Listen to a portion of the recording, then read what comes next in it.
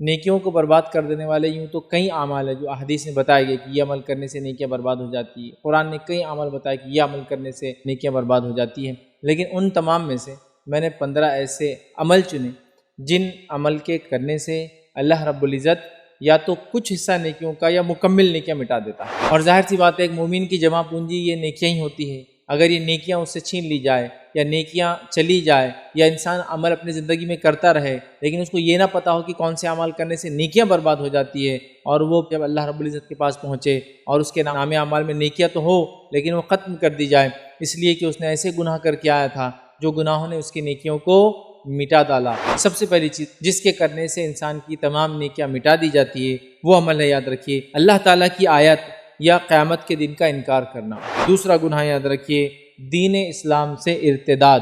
مرتد ہو جانا۔ تیسرا وہ عمل جس کے کرنے سے انسان کے اعمال برباد ہو جاتے ہیں، اللہ تعالیٰ کی عبادت میں غیر اللہ کو شریک ٹھہرانے سے اعمال برباد ہو جاتے ہیں۔ چوتھا وہ کام، وہ عمل جس کے کرنے سے اعمال برباد ہو جاتے ہیں، وہ یہ اللہ تعالیٰ سے کفر کرنا۔ پانچواں ایسا عمل جس کے کرنے سے انسان کے اعمال آکرت ہو جائیں گے، برباد ہو جائیں گے، بیکار ہو جائیں گی اس کی نیکیاں خاص طور سے، وہ کون سا ہے؟ وہ یہ قرآن مجید کے کسی حکم کو ناپسند کرنا۔ چھٹا وہ کام جس سے کرنے سے ہمارے کیے گئے نیکیاں برباد ہو جاتی ہے، اچھے نیک عمل برباد ہو جاتے ہیں، وہ یہ اللہ کو ناراض کرنے والی باتوں کے پیچھے لگنا اور اس کی رضا کو ناپسند کرنا۔ ساتواں وہ گناہ جس کے کرنے سے نیکیاں برباد ہو جاتی، وہ عمل ہے اعتقادی نفاق، عقیدے کا نفاق۔ آٹھواں گناہ جس کے کرنے سے عمل برباد ہو جاتے وہ کیا ہم دیکھتے ہیں، ہدایت کے واضح ہونے کے بعد رسول اللہ صلی اللہ علیہ وسلم کی مخالفت کرنے سے اعمال برباد ہو جاتے ہیں۔ نواں عمل جس کے کرنے سے انسان کے عمل برباد ہو جاتے وہ کیا ہے؟ وہ ہے رسول اکرم صلی اللہ علیہ وسلم کی بے ادبی کرنا۔ دسواں وہ کام جس سے کرنے سے ہمارے اعمال، ہماری نیکیاں برباد ہو جاتی ہے، وہ کیا ہے؟ دسواں کام ہے ریاکاری کرنا۔ گیارہواں عمل جس کے کرنے سے یاد رکھیے انسان کے عمل برباد ہو جاتے ہیں، وہ گیارہواں عمل کیا ہے؟ اکیلے محرمات کا ارتکاب کرنا۔ بارہویں چیز یاد رکھیے نماز عصر کو جان بوجھ کر ترک کرنا، اس سے بھی عمل برباد ہو جاتا ہے۔ تیرہواں وہ گناہ جس سے کرنے سے نیکیاں برباد ہو جاتی وہ یہ ہے نجومی کاہنوں کے پاس جانا یا جادو کا کرنا اور کروانا۔ چودہواں 14 وہ کام جس کے کرنے سے عمل ضائع ہو جاتے ہیں وہ یہ ہے اللہ تعالیٰ کی قسم کھا کر یہ کہنا کہ فلاں آدمی کو اللہ معاف نہیں کریں گے۔ 15واں عمل جس کے کرنے سے نیکیاں ختم ہو جاتی ہے، ضائع ہو جاتی ہے، برباد ہو جاتی ہے، تو 15واں آج کا جو گناہ ہے وہ یہ اللہ کے بندوں کی حق تلفی کرنا۔ لیکن ایک بات میری یاد رکھیے، میں جتنے گناہوں کے تعلق سے بات کر رہا ہوں ان میں سے اکثر گناہ ایسے ہیں جن گناہوں کی اگر معافی مانگ لی جائے زندگی کے اندر نزا کی حالت سے پہلے توبہ کر لی جائے تو یہ تمام کی تمام معاف ہو سکتی ہے۔ تو کوئی نا امید نہ ہو میری باتوں کو سن۔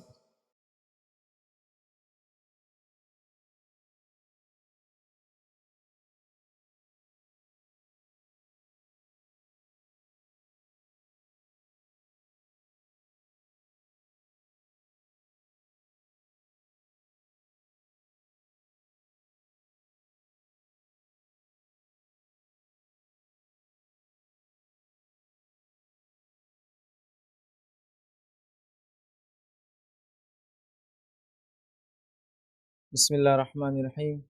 ان الحمد للہ نحمده ونستعینه ونستغفره ونعوذ باللہ من شرور انفسنا ومن سیئات اعمالنا من یهدی اللہ فلا مضل له ومن یضلل فلا هادی له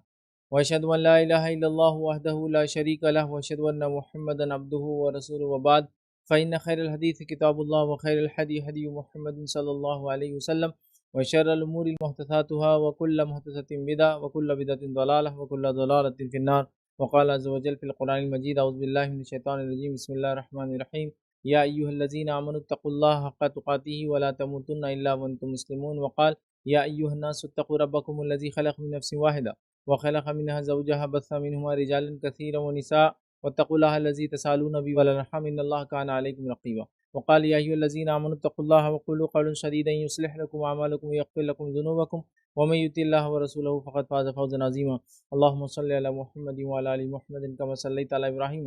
وعلى آل إبراهيم إنك حميد مجيد۔ اللهم بارك على محمد وعلى آل محمد كما باركت على إبراهيم وعلى آل إبراهيم إنك حميد مجيد۔ رب اشرح لي صدري ويسر لي أمري واحلل عقدة من لساني يفقهوا قولي۔ أما بعد، تمام تعریفیں اس اللہ عز و جل کے لیے لائق و زیبا ہے جو تمام جہانوں کا بنانے والا اور اسے پالنے والا ہے، اور درود و سلام اس کے آخری نبی محمد صلی اللہ علیہ وسلم پر۔ الحمدللہ ہم تمام ہی ہیں اس ہفتے واری درس کے لیے جمع ہوئے ہیں۔ انشاءاللہ العزیز اس مختصر سے وقت میں میں آپ تمام کے سامنے ایک بہت ہی اہم عنوان پر، ایک امپورٹنٹ ٹاپک پر روشنی ڈالنے کی کوشش کروں گا۔ وہ ہوں گا وہ اعمال یا وہ کام جن کے کرنے سے نیکیاں برباد ہو جاتی ہیں، یا نیکیوں کو برباد کر دینے والے اعمال۔ اور انشاءاللہ العزیز اس لیکچر میں 15 ایسے اعمال رکھوں گا جو نیکیوں کو برباد کر دیتے ہیں۔ تو نیکیوں کو برباد کر دینے والے یا ہلاک کر دینے والے یا تباہ کر دینے والے 15 اعمال آج میں رکھنے کی کوشش کروں گا۔ نیکیوں کو برباد کر دینے والے یوں تو کئی اعمال ہیں جو احادیث میں بتائے گئے کہ یہ عمل کرنے سے نیکیاں برباد ہو جاتی ہے۔ قرآن نے کئی اعمال بتائے کہ یہ عمل کرنے سے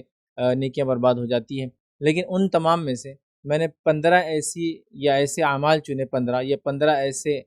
عمل چنے جن عمل کے کرنے سے یا اعمال کے کرنے سے اللہ رب العزت یا تو کچھ حصہ نیکیوں کا یا مکمل نیکیاں مٹا دیتا ہے، لیکن اکثر پوائنٹ مکمل نیکی مٹا دینے والے ہیں۔ جیسا کہ اس سے پہلے کچھ لیکچرز میں نے آپ کے سامنے وہ اعمال رکھے جو گناہوں کو مٹا دیتے ہیں، اور بالخصوص ہم نے 10 ایسے اعمال دیکھے تھے جو گناہوں کو مٹا دیتے ہیں، لیکن آج 15 ایسے اعمال رکھنے کی کوشش کروں گا جو نیکیوں کو، گڈ ڈیڈز کو، اچھے کاموں کو، حسنات کو جو انسان اپنے زندگی میں کرتا ہے، اور زندگی کا جو اصل سرمایہ ہے، یہی وہ پونجی ہے جو انسان لے کر جائیں گا تو آخرت میں کام آنے والی ہے۔ باقی مال، دولت اور زمین، جائیداد، اولاد وہ سب یہاں چھوڑ کر جاتا ہے، لیکن یہ وہ پونجی اعمال جو نیکیاں ہوتی ہیں، جو حسنات ہوتی ہے۔ تو آج میں آپ کے سامنے 15 ایسے گناہ رکھوں گا جن گناہوں کے کرنے سے انسان کی نیکیاں مکمل طور سے کمپلیٹلی ختم ہو جاتی ہے، وائپ آؤٹ ہو جاتی ہے، یاد رکھیے مٹا دی جاتی ہے۔ اور ظاہر سی بات ہے ایک مومن کی جمع پونجی یہ نیکیاں ہی ہوتی ہے۔ اگر یہ نیکیاں اس سے چھین لی جائے یا نیکیاں چلی جائے یا انسان عمل اپنی زندگی میں کرتا رہے لیکن اس کو یہ نہ پتہ ہو کہ کون سے عمل کرنے سے نیکیاں برباد ہو جاتی ہے، اور وہ پھر جو ہے جب اللہ رب العزت کے پاس پہنچے اور اس کے نام اعمال میں نیکیاں تو ہو لیکن وہ ختم کر دی جائے اس لیے کہ اس نے ایسے گناہ کر کے آیا تھا جو گناہوں نے اس کی نیکیوں کو مٹا ڈالا، یا ایسے اعمال کر کے آیا تھا جن اعمال نے اس کے نیکیوں کو ختم کر ڈالا، مٹا ڈالا، یاد رکھیے۔ تو لہٰذا ایک انسان کے لیے بڑا ہی خسارے والا وہ دن ہوگا۔ تو آئیے میں آپ کے سامنے 15 ایسے گناہ رکھتا ہوں یا 15 ایسے اعمال رکھتا ہوں جن اعمال کے کرنے سے نیکیاں مکمل طور سے یا بہت حد تک برباد ہو جاتی ہے، ختم ہو جاتی ہے، مٹا دی جاتی ہے، اور انسان خسارہ اٹھانے والوں میں سے، جہنم رسید ہونے والوں میں سے ہو جاتا ہے۔ تو آئیے وہ کیا گناہ ہیں یا وہ کیا اعمال ہیں جن کے کرنے سے نیکیاں ختم کر دی جاتی ہے، یاد رکھیے وہ باتیں میں آپ کے سامنے رکھنے کی کوشش کروں گا۔ سب سے پہلی چیز یاد رکھیے، سب سے پہلا عمل جس کے کرنے سے انسان کی تمام نیکیاں مٹا دی جاتی ہے وہ عمل ہے، یاد رکھیے، اللہ تعالیٰ کی آیت یا قیامت کے دن کا انکار کرنا۔ اللہ تعالیٰ کی آیت مطلب اللہ رب العزت جو اپنے انبیاء کے ذریعے کتاب بھیجتا ہے، جو وحی بھیجتا ہے، اس کا انکار کرنا، یا پھر قیامت کے دن کا، آخرت کے دن کا، روز جزا کا انکار کرنا، یہ سب سے پہلا گناہ ہے جس کے کرنے سے نیکیاں مٹا دی جاتی ہے، نیکیاں ختم کر دی جاتی ہے۔ آئیے اللہ رب العزت کیا فرماتا ہے، سورۃ الکہف سورہ نمبر 18 آیت نمبر 103 سے 105 میں اللہ فرماتا ہے اور کہتا ہے کہ آپ کہہ دیجئے کہ کیا ہم تمہیں ایسے لوگوں کے بارے میں خبر نہ دے دیں جو اعمال کے لحاظ سے سب سے زیادہ نقصان اٹھانے والے ہیں۔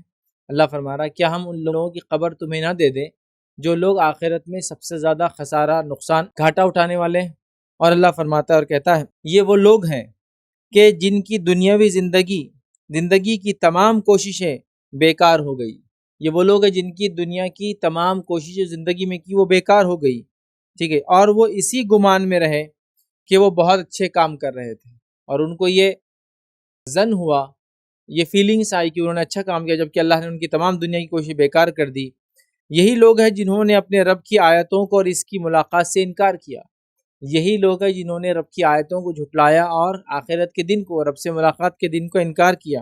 اس لیے ان کے اعمال غارت کر دیے گئے۔ چنانچہ قیامت کے دن ہم ان کا کوئی وزن قائم نہیں کریں گے۔ تو گویا وہ لوگ جو اللہ کی آیتوں کا انکار کرتے ہیں اور روز جزا کا، بدلے کے دن کا، آخرت کے دن کا، اللہ سے ملاقات کے دن کا انکار کرتے ہیں، اللہ رب العزت ایسے لوگوں کے اعمال کو برباد کر دیتا ہے، یاد رکھیے۔ اور یہ بہت ساری لوگوں کا یہی حال ہے، دنیا میں اکثریت کا یہی حال ہے کہ وہ لوگ دنیا کی کوششیں جو بھی کر رہے ہیں ان کو ایسا لگتا ہے کہ کوششیں آخرت میں ان کے مرنے کے بعد کی زندگی میں کام آئیں گی، لیکن جب تک صحیح طریقہ اختیار کر کے انسان کوشش نہ کرے ان کی کوئی کوشش کام نہ آئیں گی۔ مشرکین مکہ، یہود، نصارہ، نبی اکرم صلی اللہ علیہ وسلم کے دور میں مجوس، یہ تمام لوگ اللہ کو راضی کرنے کے لیے دنیا میں کچھ نہ کچھ کر رہے تھے۔ اللہ نے اعلان کر دیا کہ ان میں سے کسی کے بھی کوئی اعمال قبول نہیں کیے جائیں گے، چونکہ کوششیں غلط ڈائریکشن میں تھی۔ دنیا کا جو کچھ کر کے آئے وہ سب بیکار ہو جائیں گے، یاد رکھیے، اور وہ گمان میں ہوں گے کہ وہ بہت اچھا کچھ کر کے آئے، لیکن انہوں نے جو حرکت کی ہوں گی، جس حرکت کی وجہ سے ان کے اعمال برباد ہو جائیں گے، وہ پہلا یہ تھا کہ انبیاء جو نشانیاں لے کر آتے انہوں نے جھٹلایا، دوسرا رب سے ملنے کا انہوں نے انکار کیا۔ مشرکین مکہ تو کیا کہتے تھے کہ ہم تو مر جائیں گے تو ہڈیاں بن جائیں گے، پھر کیا ہوگا، مٹی بن جائیں گے، جہنم میں جائیں گے بھی اگر گناہوں کے بدلے تو ہم جہنم کے فرشتوں کو دھکا دے کر باہر نکل جائیں گے، ان کا یہ الزام تھا۔ نصارہ نے یہ دعویٰ کر دیا کہ چونکہ عیسیٰ علیہ السلام اللہ کے بیٹے، تو انہوں نے چونکہ قربانی دے دی، نتیجتاً ہم سب بخشے بخشائے ہو گئے، چاہے آپ کتنے ہی گناہ کریں، عیسیٰ پر ایمان لا لو تو ہماری نجات ہو جائیں گی۔ تو اللہ رب العزت نے یہ سب کے اس عقیدے کے تعلق سے رد کیا اور کہا کہ دنیا میں جو کچھ کر کے آئے تھے یہ سوچ کر کہ بہت اچھا کر رہے، آخرت میں کچھ بھی کامیاب نہیں ہونے والے، اس لیے کہ سب سے پہلا کام جو غلط کیا، اللہ کی آیتوں کو جھٹلایا، اور دوسری سب سے بڑی غلطی کی کہ اللہ سے ملنے کا انکار کیا، ملنے کا مطلب روز جزا کا انکار کیا، تو اللہ رب العزت جو ان کے اعمال کو آکارت اور برباد کر دیں گا۔ آئیے وہ دوسرا گناہ کیا ہے جس کے کرنے سے تمام اعمال، تمام نیکیاں برباد ہو جاتی اور انسان جہنم رسید ہو جاتا ہے۔ وہ دوسرا گناہ یاد رکھیے، دین اسلام سے ارتداد، مرتد ہو جانا، حق کو چھوڑ دینا، اسلام کو چھوڑ دینا، ٹھیک ہے؟ یہ ارتداد یاد رکھیے انسان کی تمام نیکیوں کو برباد کر دیتا ہے۔ جیسے کہ انسان کفر کی حالت سے اسلام میں آئے تو تمام پچھلے گناہ معاف ہو جاتے ہیں، اسی طرح ایمان کی حالت سے کفر کی حالت میں چلا جائے تو پچھلے تمام نیکیاں ختم ہو جاتی ہیں اور انسان جہنم رسید ہو جائیں گا اگر اسی حالت میں مر گیا۔ سمجھ رہا بات کو؟ تو ارتداد یاد رکھیے وہ تمام نیکیوں کو برباد کر دیتا ہے، چونکہ اللہ رب العزت نے اپنی کتاب میں سورہ آل عمران سورہ نمبر 3 آیت نمبر 19 کے ایک حصے میں فرمایا اور کہا ان الدین عند اللہ الاسلام، اللہ کے نزدیک جو قابل قبول دین ہے وہ صرف اسلام ہے۔ دوسری آیت اسی سورہ کی سورہ آل عمران کی آیت نمبر 85 میں کہا وَمَن يَبْتَغِ غَيْرَ الْإِسْلَامِ دِينًا فَلَن يُقْبَلَ مِنْهُ وَهُوَ فِي الْآخِرَةِ مِنَ الْخَاسِرِينَ، کہ جو کوئی اسلام کے علاوہ کچھ ہمارے پاس لے کے آئیں گے، اللہ فرماتا ہے اس سے وہ روز قیامت قبول نہیں کیا جائے گا اور وہ آخرت میں خسارہ اٹھانے والوں میں سے ہو جائیں گا۔ تو لہٰذا دین سے منہ پھیر لینا، حق سے منہ پھیر لینا، اسلام سے منہ پھیر لینا، ارتداد کو اختیار کرنا، ٹھیک ہے، مطلب اسلام کا رد کر دینا اور مرتد ہو جانا، یاد رکھیے یہ انسان کی تمام نیکیوں کو برباد کر دیتا ہے۔ اور یاد رکھیے جب انسان مرتد ہوتا ہے تو مرتد ہونے کی کئی کیفیتیں ہیں، ارتداد کی کئی کیفیتیں، کئی صورتیں، 3 سے 4 صورتیں آپ کے سامنے سرسری طور سے رکھتا ہوں کہ وہ کیا کیا صورتیں ہیں، ورنہ ہم یہ سمجھتے صرف کہ میں یہ بول دوں کہ میں اب مسلمان نہیں رہا، یہ ایک صورت نہیں، اس کی 3 سے 4 صورتیں جو علماء بتاتے ہیں، اور اس کے علاوہ بھی صورتیں ارتداد کی، جس میں سے پہلی صورت یاد رکھی وہ یہ ہے کہ بعض اوقات صرف زبان سے کسی بول کی وجہ سے انسان مرتد ہو جاتا ہے، زبان کے کسی بول سے وہ مرتد مطلب وہ کفر میں چلا جاتا ہے، اور کفر میں چلا جانا مطلب اسلام کو چھوڑ دینا، اس اعتبار سے میں کہہ رہا ہوں۔ تو بعض الفاظ صرف کچھ الفاظ ادا کر کے کفر کی طرف چلا جاتا ہے، ارتداد کر بیٹھتا ہے، جس کی مثال یہ کہ اللہ تعالیٰ کو یا اس کے رسولوں کو یا اس کے فرشتوں کو گالی گلوچ کرنا، برا بھلا کہنا، مذاق کا موضوع بنانا، انسان اس سے اسلام سے نکل جاتا ہے، یاد رکھیے۔ اور فرشتوں پہ ایمان وغیرہ کے تعلق سے میں نے اس میں تفصیلات اس کی رکھی تھی کہ اکثر علماء کے ہی فتوی کہ فرشتوں کا مذاق اڑانا یہ کفر ہے، ٹھیک، تو اس سے انسان جو ہے نکل جاتا ہے۔ دوسری مثال اگر ہے تو بعض اوقات وہ اپنے کسی فعل کی وجہ سے مرتد ہو جاتا ہے، کسی فعل، کسی ایکشن کی وجہ سے مرتد ہو جاتا ہے، مثال کے طور پر جیسا کہ بتوں کو سجدہ کرنے لگ جائے، بتوں کے سامنے جھکنے لگ جائے، ہے نا، چاہے وہ زمین آسمان کی کوئی اور مخلوق ہو جھکنے لگ جائے، یہ بھی مرتد ہو گیا، یہ بھی ارتداد کفر کی ایک کیفیت ہے۔ اسی طرح تیسری شکل یاد رکھیے، وہ اپنے عقیدے کے اندر باطل عقائد کو شامل کر لے، اسلامی عقیدے میں باطل عقائد کو شامل کر لے تو بھی وہ مرتد ہو جاتا ہے، جیسے کہ مثال کے طور پر یہ سوچے کہ زنا حلال ہے، نماز کی کوئی ضرورت نہیں، بس یہ ڈرانے کے لیے کہ 5 وقت پڑھو تو اچھے رہیں گے، نہیں پڑھے بھی تو کچھ نہیں ہوتا، تو یہ بھی ایک صورت ہے۔ اسی طرح ارتداد کی ایک صورت ہے، یاد رکھیے کہ صرف شک کی وجہ سے انسان مرتد ہو جاتا ہے، شک سے مراد یہ کہ پتہ نہیں اللہ ہے یہ نہیں ہے، چلو لیکن ہم مان لیتے کیا ہے، پتہ نہیں شرک کو برا تو بولا جا رہا ہے لیکن ہو سکتا ہے اللہ شرک کرنے کے بعد ہی معاف کر دیں گا یار، اصل ہاں جہنم تو ہے لیکن ہو سکتا ہے ڈرانے کے لیے ہوں گی، تو جو سزائیں بولی جا رہی ہے وہ آخرت میں چھوٹ دے دی جائیں گی، یہ اس کو شک ہے، یاد رکھیے، ٹھیک ہے، تو ایسے شکوک کی بنیاد پہ یاد رکھیے وہ مرتد ہو جاتا ہے، اور یہ پختہ شک ہے اس کا کہ ٹھیک ہے اللہ نے بولا شرک حرام ہے لیکن مسئلہ نہیں کو کر بھی لے تو میں امید کرتا ہوں معافی ہو جائیں گی، جہنم تو ہے لیکن مجھے ایسا لگتا ہے کہ میرے کو شکی ہے کہ کوئی جائیں گا بلکہ سب کو اللہ معافی کر دے گا۔ اور ایسے جب شکوک اور شبہات جب دینی عقائد میں جو کہ واضح طور سے اللہ نے اپنی کتاب میں اس کے رسولوں نے ڈرائے لوگوں سے، اور اس کے بعد انسان کرے کہ جہنم ڈرانے کے لیے تھی، کچھ وہ نہیں ہے، تو یہ شک شبہات بھی انسان کو مرتد کر دیتے، ٹھیک ہے۔ دین کو چھوڑ دینا چاہے کسی بھی قسم سے، تو وہ انسان مرتد ہو جاتا ہے، اور مرتد ہونے سے اس کے تمام پچھلے اعمال برباد ہو جاتے ہیں، یاد رکھیے۔ اور آج کل کا جو زمانہ چل رہا ہے، بہت چھوٹی چھوٹی باتوں پہ میں نے دیکھا ہے نوجوان الحاد کو اختیار کر رہے ہیں۔ الحاد مطلب دین کو چھوڑ دے رہے ہیں، اسلام کو، رب کو ماننا مطلب وہ کسی قسم کے معبود کو ہی نہیں مان رہا تھا، یہ کہہ رہے کوئی ہے ہی نہیں بنانے والا۔ یا پھر دوسرا یہ کہ وہ ارتداد، کچھ دنیا کی پسند کی وجہ سے مرتد ہو جا رہے ہیں، کچھ دنیا کی چاہت کی وجہ سے مرتد ہو جا رہے ہیں، کوئی دنیا کے منصب پوزیشنز کی وجہ سے مرتد ہو جا رہے ہیں، کوئی دنیا کی چاہت کی وجہ سے، کوئی عورت کی وجہ سے لوگ مرتد ہو جا رہے ہیں۔ یہ بہت بڑا خسارہ، یاد رکھیے۔ آئیے اللہ رب العزت نے مرتد کے اعتبار سے، ارتداد کے اعتبار سے کیا فرمایا؟ اللہ فرماتا ہے اور کہتا ہے وَمَن يَرْتَدِدْ مِنْكُمْ عَنْ دِينِهِ فَيَمُتْ وَهُوَ كَافِرٌ فَأُولَٰئِكَ حَبِطَتْ أَعْمَالُهُمْ فِي الدُّنْيَا وَالْآخِرَةِ وَأُولَٰئِكَ أَصْحَابُ النَّارِ هُمْ فِيهَا خَالِدُونَ۔ اللہ فرماتا ہے اور کہتا ہے کہ اور تم میں سے جو لوگ دین سے پلٹ جائیں اور کفر کی حالت میں مر جائیں تو ان کے اعمال دنیا میں بھی غارت ہوں گے اور آخرت میں بھی، اور یہی لوگ جہنمی ہوں گے اور جو اس میں ہمیشہ ہمیشہ رہیں گے۔ تو مرتد کی سزا ہمیشہ کی جہنم میں، یاد رکھیے، اور اس کے پچھلے اعمال اللہ نے فرمایا برباد ہو جاتے ہیں۔ تو لہٰذا ایمان بڑی اہم چیز ہے، انسان اس کو غنیمت جانے اور ہمیشہ اس ایمان کی دولت کو، اس سرمایہ کو سنبھال کے اٹھا کے رکھنے کی ضرورت ہے۔ دنیا کی چند لالچیں،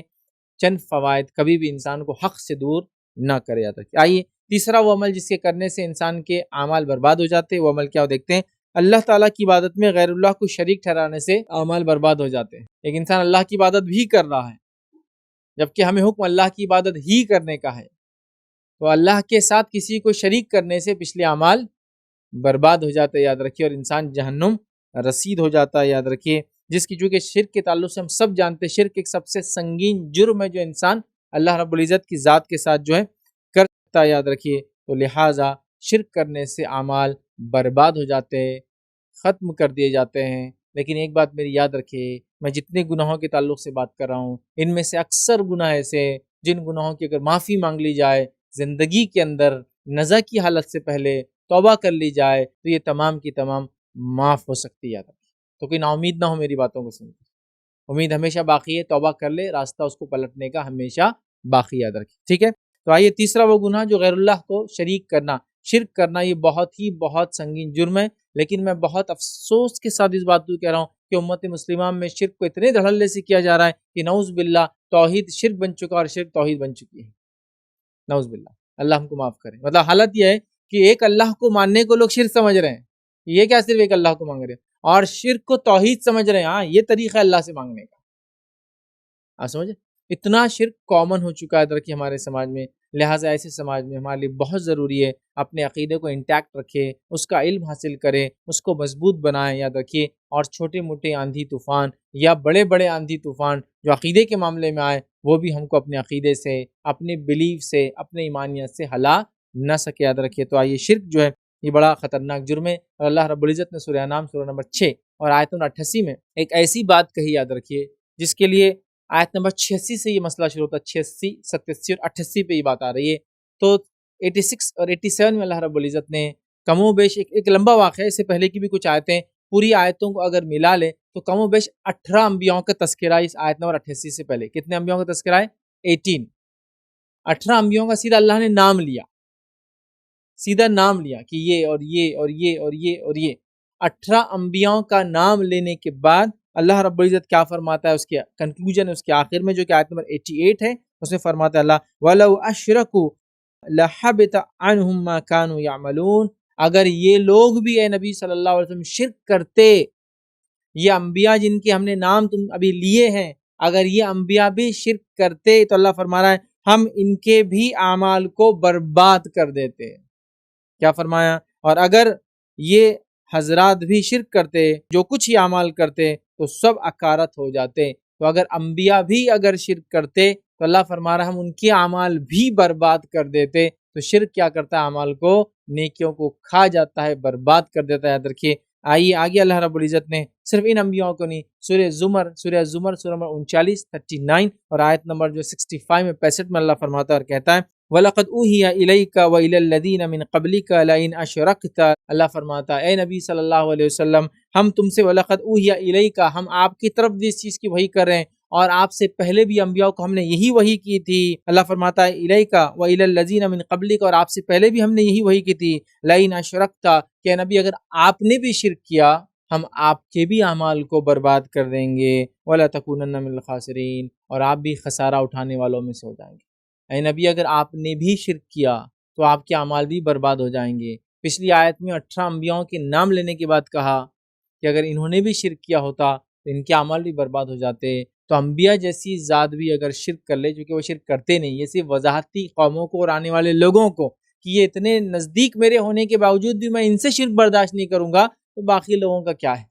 ہوتا ہے نا، کچھ لوگوں کا معاملہ یہی ہوتا ہے، ٹھیک ہے؟ تو اللہ کہہ رہا ہے نہیں، تم اتنے قریب ہو میرے، لیکن اگر تم بھی شرک کرو تو اعمال برباد ہو جائیں گے۔ یقیناً آپ کی طرف بھی اور آپ سے پہلے بھی تمام انبیاءوں کی طرف وحی کی گئی ہے کہ اگر آپ نے بھی شرک کیا تو بلا شبہ آپ کا عمل بھی ضائع ہو جائیں گا، اور یقیناً آپ خسارہ اٹھانے والے لوگوں میں ہو جائیں گے۔ جو انبیاء جو کبھی شرک کر ہی نہیں سکتے ہیں، اللہ ان کو وارننگ دے رہا ہے۔ در حقیقت یہ قوموں کو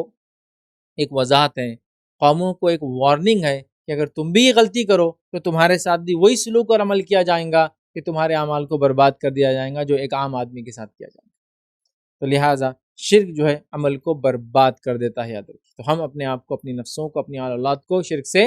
محفوظ رکھنے کی پوری کوشش کریں۔ آئیے آگے بڑھتے ہیں۔ چوتھا وہ کام، وہ عمل جس کے کرنے سے عمل برباد ہو جاتے، وہ یہ اللہ تعالیٰ سے کفر کرنا۔ اللہ تعالیٰ سے کفر کرنے سے کیا ہوتا ہے؟ انسان جو ہے اس کے اعمال اکارت ہو جاتے ہیں، غارت ہو جاتے ہیں، یاد رکھیے۔ تو کفر یاد رکھیے بہت سنگین چیز ہے۔ شرک اور کفر یاد رکھیے، مشرک اور کافر یاد رکھیے۔ مشرک اور کافر یہ دو ایسی مخلوق ہے اللہ کی جو کبھی بھی جنت میں نہیں جائیں گی، یاد رکھیے۔ ابراہیم علیہ السلام کے تعلق سے حدیث کے اندر یہ الفاظ آتے ہیں کہ ابراہیم علیہ السلام جو اللہ رب العزت سے جو ایک دعا ان کی باقی تھی جو انہوں نے اٹھا کے رکھی اور وہ روز قیامت کریں گے، وہ دعا یہ ہے کہ اللہ میرے والد کو جنت میں داخل کر دے، مجھے آج رسوا نہ کر ان کی وجہ سے۔ تو اللہ تعالیٰ فرمائیں گا، اے ابراہیم، کیا تجھے پتہ نہیں ہے ہم نے کافر پہ جنت کو حرام قرار دیا ہے؟ تو شرک اور کفر یاد رکھیے بہت سنگین جرم ہے، یاد رکھیے، اس حدیث سے پتہ چلتا ہے۔ تو کفر کرنے والا یاد رکھیے، شرک کرنے والے کی بات چلی گئی، اب کفر کرنے والے کی بات آ رہی۔ کفر کرنے والا یاد رکھیے یہ جنت میں نہیں جائیں گا اور اس کے اعمال اکارت اور برباد کر دیے جائیں گے، یاد رکھیے۔ آئیے اللہ رب العزت کیا فرماتا ہے قرآن کے اندر، ان لوگوں کی مثال جنہوں نے اپنے رب سے کفر کیا، ان کے اعمال اس راکھ کی مثال ہے جس پر تیز ہوا آندھی والے دن چلی۔ جو بھی انہوں نے کیا اس میں سے کسی چیز پہ قادر نہ ہوں گے، یہی دور کی گمراہی ہے۔ یہاں اللہ رب العزت نے وضاحت کر دی کہ جو لوگ بھی کفر کریں گے ان کی مثال ایسی ہے جیسے کہ راکھ ہو، اور راکھ ایک ایسی جگہ رکھی ہو جہاں آندھی چلتی ہو، تو آندھی چلنے کے بعد راکھ کا کیا حال ہوگا؟ آپ دیکھتے وہ یوں اڑ جاتی ہے، بالکل ادھر سے ادھر چلے جاتی ہے۔ تو بس ان کے اعمال ایسے ہی چلے جائیں گے اور ان کو کوئی فائدہ نہیں ہوگا، اور اللہ فرما رہا ہے یہی حقیقی گمراہی ہے۔ تو لہٰذا کفر یاد رکھیے انسان کے اعمال کو برباد کر دیتا ہے۔ کفر کیا ہے؟ کفر کی حقیقت کیا ہے؟ کون کون سی چیز کرنے سے انسان کافر ہو جاتا ہے؟ ان چیزوں کو پڑھنے کی ہمیں سخت ضرورت ہے تاکہ اس سنگین جرم سے ایک انسان جو ہے بچ سکے، یاد رکھیں۔ آئیے آگے بڑھتے ہیں۔ پانچواں ایسا عمل جس کے کرنے سے انسان کے اعمال اکارت ہو جائیں گے، برباد ہو جائیں گے، بیکار ہو جائیں گی اس کی نیکیاں خاص طور سے، وہ کون سا ہے؟ وہ یہ قرآن مجید کے کسی حکم کو ناپسند کرنا۔ قرآن کی کسی حکم کو، چونکہ وہ اللہ کی طرف سے ہے، تو اللہ کے کسی حکم کو یا قرآن کے کسی حکم کو ناپسند کرنا، ناپسند کرنا۔ اور یہ مسئلہ تو ایسا ہے، اب میں اس معاملے میں کیا بتاؤں، اب اتنے سارے قرآن کے احکامات ہیں، چونکہ ہم کو نہیں سمجھتے، ہمارے پلے نہیں پڑ رہے، سمجھ رہے، یا میں اس کی خلاف ورزی کر رہا ہوں، تو میں یہ سوچنے لگ جاتا ہوں یار ایسا کیوں ہے، خواہ ایسا نہیں ہونا تھا یار، یہ ایک عام بات ہوگی۔ جیسا مثال کے طور پہ قرآن نے کہہ دیا زانی کو سزا دی جائے، اگر غیر شادی شدہ ہو تو 100 کوڑے لگائے جائے، شادی شدہ ہو تو سنسار کر دیا جائے، چور اگر چوری کرے تو ہاتھ کاٹ دیا جائے، کوئی انسان خون کرے تو خون کا قصاص کا بدلہ خون سے لیا جائے۔ جب یہ باتیں آتی ہے تو کچھ لوگ بولتے رہے یار یہ عجیب ہی حکم ہے، نہیں ہونا تھا، بہت ہی سخت دکھ رہا۔ تو یہ اللہ کے حکم کو آپ کیا کریں معلوم، اس کا انکار کرنے والے ہو، آپ ناپسند کر رہے ہو اس کو۔ یا عورتوں کی اگر مثال لے لے تو یہ پردہ وردہ کہہ کے لیے چپ خامخواہ دے دیے اللہ تعالیٰ نے، یا پھر سستی، کاہلی اور دنیا پرستی کے نتیجے میں آج ہمارے حال یہ نماز 5 وقت نہیں ہونا تھا، کاش، اور ناپسند کرنے لگتے ہم۔ پہلے تو یہ ایسی ہوتا ہے کیوں ہوا، پھر ناپسندیدگی کی طرف جاتا ہے، اور کبھی کبھار انسان اپنی عام زندگی میں اس کو بول بھی بیٹھتا ہے یار کیا یہ 5 وقت کی نماز، یہ کیا پردہ وردے کا یہ حکام لگا نعوذ باللہ، یہ کیا سزائے موت کا ہے، اب چلتا غلطی ہو جاتی ہے بچوں سے، کیا ہے چلتا بھی۔ تو یہ ایک اللہ کے حکم کو ناپسند کرنے میں یاد رکھیں۔ تو اللہ کے حکم کو یا قرآن کی کسی حکم کو ناپسند کرنے سے آدمی کافر ہو جاتا ہے، یاد رکھیے، اور اس کے تمام اعمال برباد بھی ہو جاتے ہیں۔ تو یہ پانچواں وہ ہے، یاد رکھیے، عمل جس سے کرنے سے عمل برباد ہو جاتے ہیں، وہ یہ ہے کہ قرآن کی کسی حکم کو ناپسند کرنا۔ اور اللہ رب العزت نے اس بات کو قرآن میں یوں فرمایا، اور کچھ لوگوں کی صفت بتاتے ہوئے فرمایا جن کو سزا ملیں گی۔ اللہ فرماتا ہے، کہتا ہے، یہ اس لیے کہ جو کچھ اللہ نے نازل کیا تھا اسے انہوں نے ناگوار سمجھا، چنانچہ اللہ نے ان کے اعمال کو ضائع کر دیا۔ یہ ان کے ساتھ اس لیے ہوا کہ انہوں نے اللہ کی اتاری ہوئی آیت کو ناپسند کیا، اللہ کی بتائی باتوں کو ناپسند کیا، اس کی وجہ سے ان کے اعمال غارت کر دیے گئے۔ تو لہٰذا اللہ کی کسی بات کو ناپسند کرنا، قرآن کے کسی احکام کو ناپسند کرنے سے اعمال برباد ہو جاتے ہیں۔ لہٰذا ہم بہت احتیاط کریں کہ ہم کس چیز کو پسند کرتے ہیں، کس چیز کو ناپسند کرتے ہیں۔ کبھی ہوتا ہے قرآنی کچھ باتیں ہم کو سمجھ نہیں آتی ہے، جب کوئی چیز سمجھ نہ آئے تو اللہ رب العزت سے دعا کریں، اے اللہ مجھے اس چیز کی سمجھ دے،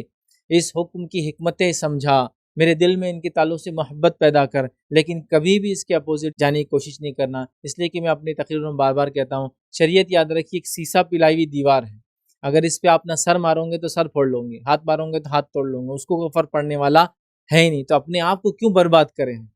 ٹھیک ہے، صرف اس لیے کہ مجھے سمجھ میں نہیں آ رہی کوئی چیز تو وہ چیز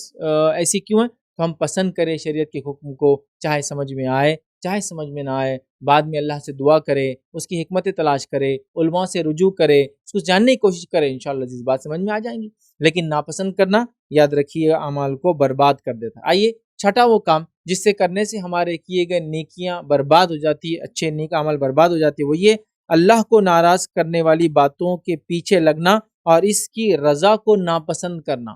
اللہ جو چیز سے ناراض ہوتا ہے وہ کام کو کرنا، اور جس چیز کو پسند کرنا اس کو ہم ناپسند کرنا،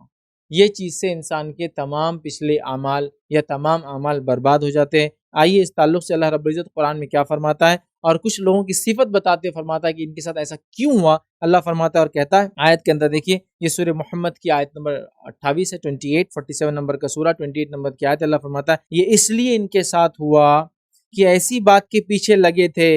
جس سے اللہ ناراض ہوتا تھا۔ کیا فرمایا اللہ نے؟ یہ اس لیے کہ وہ ایسی بات کے پیچھے لگ گئے جس نے اللہ کو ناراض کر دیا، اور انہوں نے اس کی رضا کو ناپسند کیا تو اللہ تعالیٰ نے ان کے اعمال کو برباد کر دیا۔